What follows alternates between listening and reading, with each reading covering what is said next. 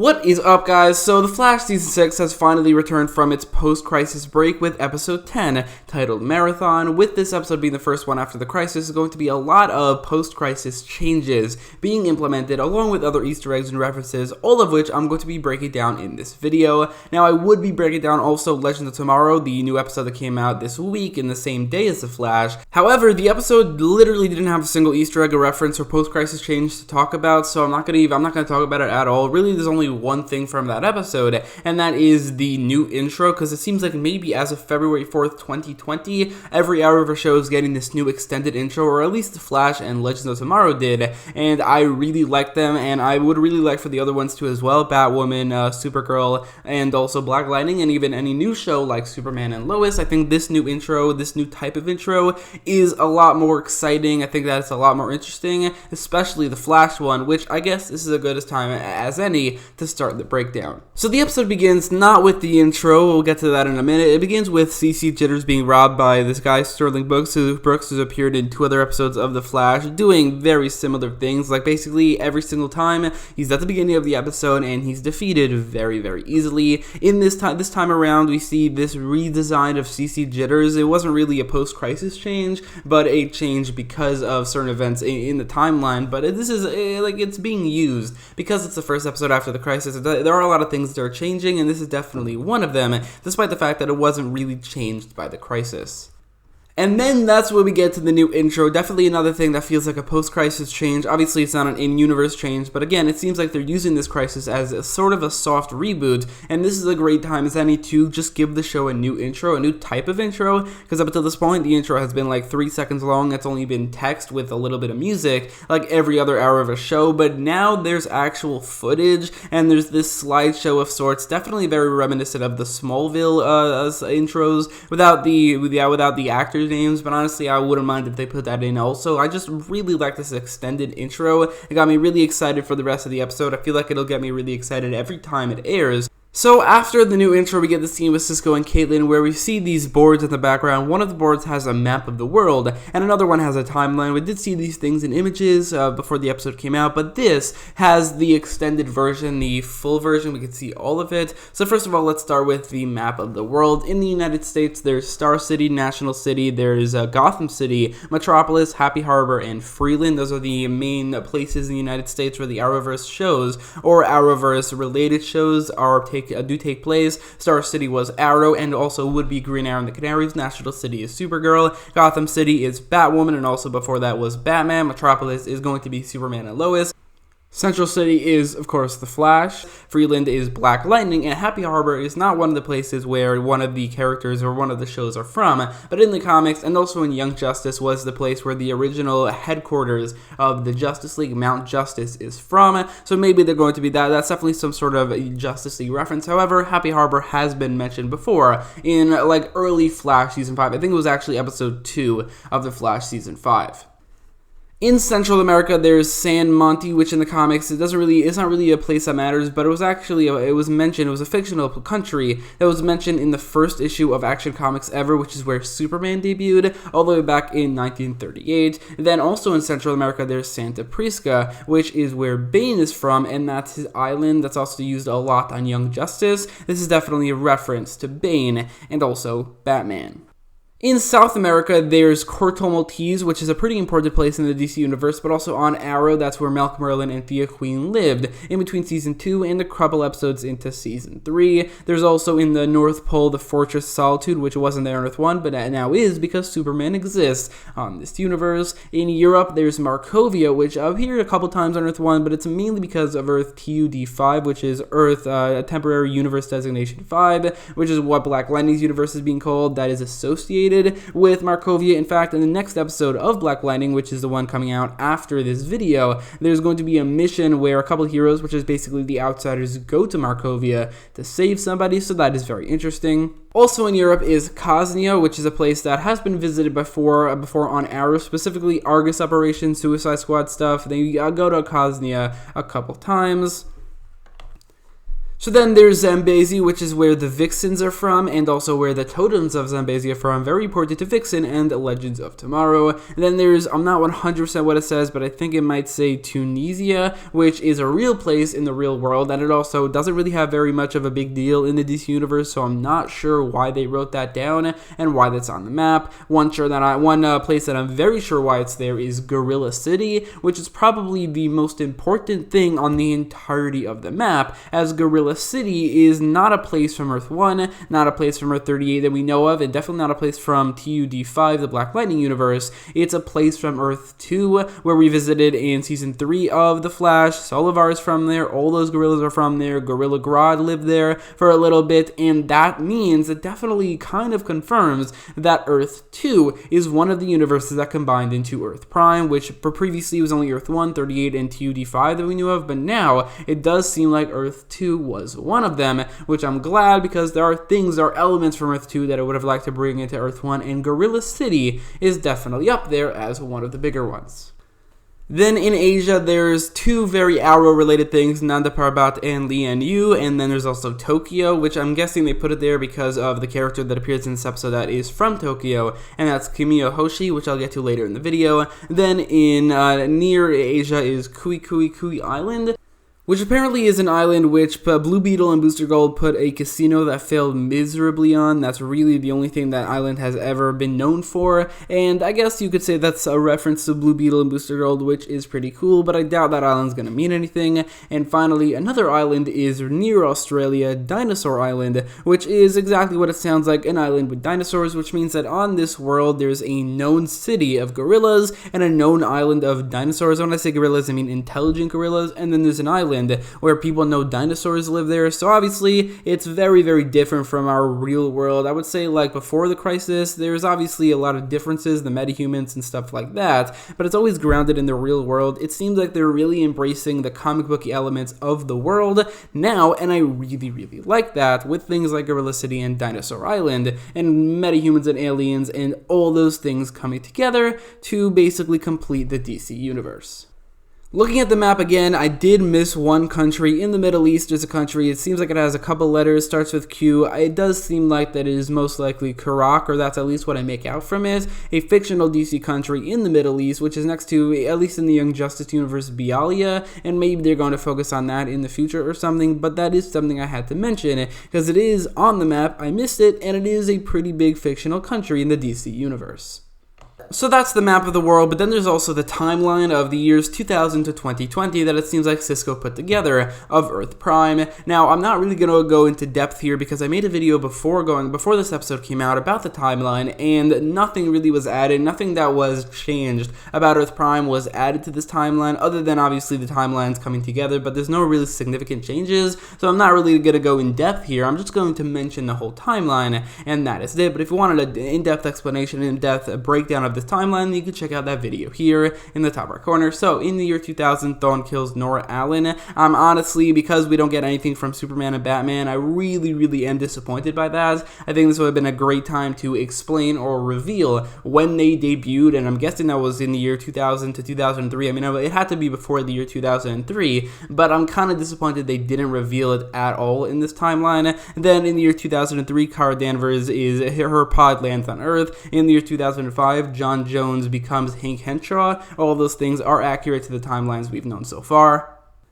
So, in 2007, the Queen's Gambit goes down. In 2008, Slade Wilson is injected by Mirakuru. And in 2009, the Alpha Omega virus goes out in Hong Kong, all of which are from the Arrow flashbacks. We don't get anything on this timeline from Season 4 or 5 of the flashbacks, but Seasons 1, 2, and 3 are all there. Also, in 2009, Black Lightning retires from Vigilantism. However, it never really says when he becomes Black Lightning, which according to the Black Lightning timeline would have been in 2005. In 2012, the Hood debuts in Starling City. In 2013, the Undertaking happens. In 2014, the particle accelerator explodes. Slade Wilson's army invades Starling City. Barry wakes up from the coma and becomes the Flash, and both John Diggle Jr. and Sarah Diggle are born.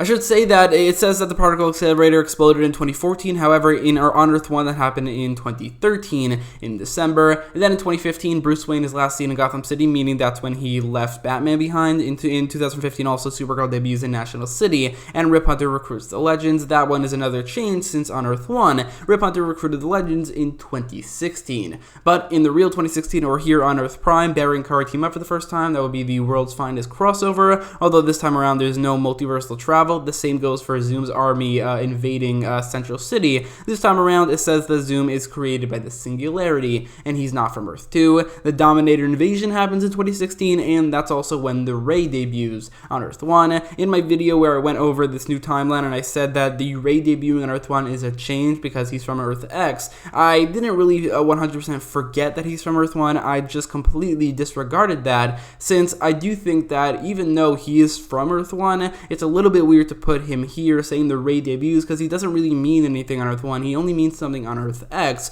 So I still think that this might suggest that he, or Earth-X itself, has been combined into the Earth Prime, along with Earth-2, which is another universe that has yet to be confirmed to be a part of Earth Prime.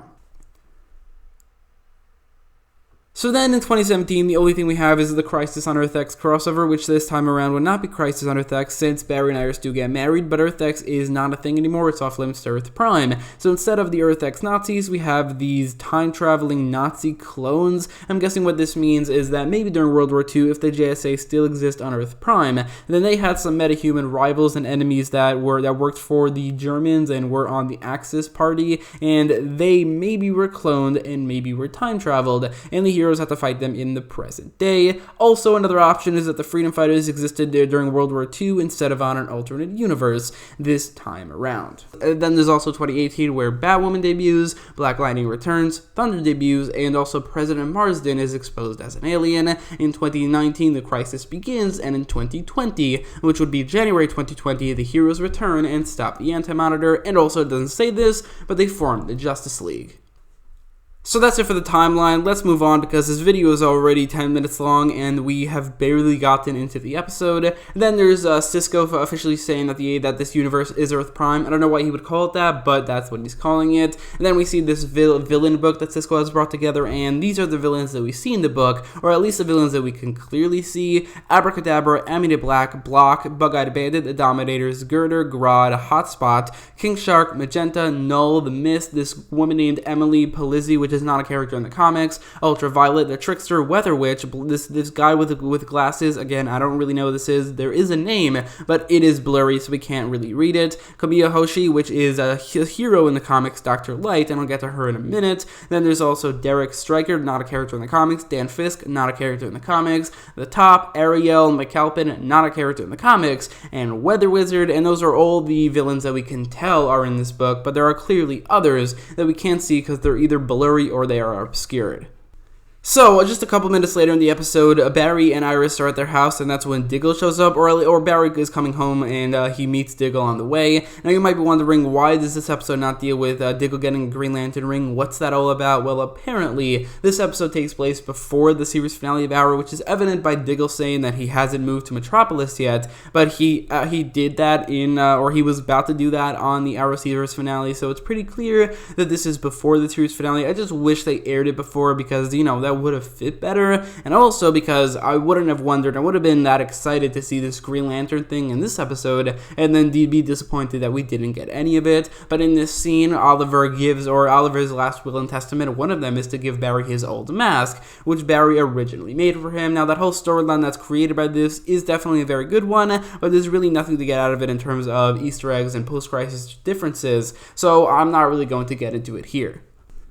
So in the Iris storyline, which I gotta say, really liking the storyline, because it made Iris into an investigative reporter, which is what she should be, instead of a member of Team Flash, or even obviously a leader of Team Flash. But in this episode, or in this storyline, we learn that the organization she is after is Black Hole. This is not surprising at all. This is exactly what I expected. However, this is definitely a confirmation that this season, or these two seasons, A and B of Season 6, are heavily inspired, or at least taking a lot from the Flash Rebirth run. Characters like like Godspeed, who might have a storyline in the season, at least did in episode 1, Bloodwork, the main villain of season 6A, and then Black Hole, all debuted in the last 3.5 years of the Rebirth run. And then there's also like Red Death, who might be a villain in the future. It does seem like they're using a lot of Rebirth characters, a lot of new Flash villains for the new seasons, which I am not against at all, because I think Rebirth had a lot of great villains like Godspeed and Bloodwork and so on and so forth. Now, a couple villains that might come along with Black Hole are this character Mina Dawn, who's Negative Flash, who was at least connected a little bit to the Negative Flash we saw in season 6A, as she had her powers, she got her powers very similarly to how that version of Negative Flash got them in the comics. There's also Multiplex, who's a member of that Black Hole. However, he is dead on the Flash. I mean, there might be a change here. Maybe on Earth Prime he's not dead, but at this point we don't know yet. Joseph Carver, who we did see in this episode, a character named Raijin, who we might be seeing, and also maybe the most interesting character here is Gorilla Grodd, as I did remember this storyline where Gorilla Grodd was the leader of Black Hole. He got these Speed Force abilities, and it was a really cool storyline. Maybe, we don't know, but maybe in the last couple episodes of the season, Gorilla Grodd will return and be the actual leader of Black Hole and the main villain of the season, which I think will be really cool. Then there's the introduction of Joseph Carver, who, like I said, is a member of Black Hole, and he actually has superpowers in the comics, so maybe he's going to be becoming a supervillain here as well. But based off his appearance, it's clear that they're going deep into the Black Hole membership, which isn't really that many characters, so I do think they can literally use all of them, except for maybe, again, Multiplex, who is dead. Anyway, there's also reference to Supergirl, because now they're on the same Earth. They could do things like this. He says, Joseph Carver, who is the CEO of McCullough Technologies, said that Obsidian Tech stole from them. Obsidian Tech is Andrea Rojas' company, and that has a very large role on Supergirl right now. In the episode, Iris has a source. His name is Gene Husk, and in the comics, there is a Dr. Husk who is a member and who has some affiliation with Black Hole. When he dies, Gene Husk says the word mirror, which is an obvious reference and build-up to Mirror Master, or maybe this time around it'll be Mirror Mistress, but we're going to be seeing that later in the season. In fact, we see it in this very episode. And then we get this Kamiya Hoshi reveal, the reveal that this assassin, this light assassin, is Kamiya Hoshi, which is a pretty huge deal because that's a pretty big DC character they added, but also because Kamiya Hoshi got her Dr. Light powers and became Dr. Light during the Crisis on Earth storyline, and this episode is the episode after Crisis on Earth, and there's gotta be some sort of connection there. Honestly, I'm hoping she ends up being a hero, because I don't really like the idea of heroes becoming villains or being used as villains. Like Atom Smasher really comes to mind. I just don't like that. It just feels like a waste of what could be a good character. The other way around, I also don't love that idea, like even with Captain Cold and Heatwave and Killer Frost. I think villains should stay villains and heroes should stay heroes for the most part. However, I think heroes becoming villains are way worse, so I really hope Dr. Light, this version of Dr. Light, does end up getting some sort of redemption arc and maybe becomes a hero. So I know I mentioned I'm not going to go over the Diggle and Barry storyline. However, there is one thing from that storyline that I forgot was going to be in the video. There's Diggle mentioning the Season 3 episode, The Return, where Oliver and Thea go to Lian-Yu and Malcolm Merlin releases Slade Wilson, and there's this fight. Diggle says this as the explanation for why Oliver's mask had this Mirakuru trace on it. However, there is a distinct maybe crisis change or continuity error from this mention, since Diggle says that Oliver took his suit with him, but I distinctly remember Oliver never wearing a costume in that episode, so unless this is a change to the timeline, a change to the world because of Crisis, so this time around Oliver did wear his suit, or it could honestly just be Diggle trying to explain something that he doesn't 100% know about, and he ends up being wrong about this, and Oliver actually did leave something for Barry to find. Anyway, that's really all we got from the Diggle-Barry storyline in terms of Easter eggs, and that's not a bad thing. There didn't need to be Easter eggs in that storyline, and it is a storyline that I really did like. And finally, there's a scene at the end where Iris goes back to McCullough Technologies to investigate Ava McCullough's room. Gotta say, this was a pretty intense scene. I was really anticipating when we're going to get some sort of Mirror Master or Mirror Mistress reveal, and we do, as in the end, Iris uncovers this mirror. She's about to touch it. I expected for her to touch it, and then it'll be a little bit liquidy, just like it is in the comics, or it is really when we've seen it in live action, and then she falls into it. Instead, she doesn't, which I gotta say, the tension that's building up here. I really like it. I know this isn't really a review video, but I wanted to mention that I really did like this scene where she turns around and these like chrome arms grab onto her and bring her into what is going to probably end up being the mirror world. This is definitely exciting. While I don't love the idea of Evan McCullough being gender bent into Ava McCullough, I do love the idea of the mirror world, and I really hope that in this season they explore all of that. So that is every Easter egg, every post-crisis change, and every reference from this episode.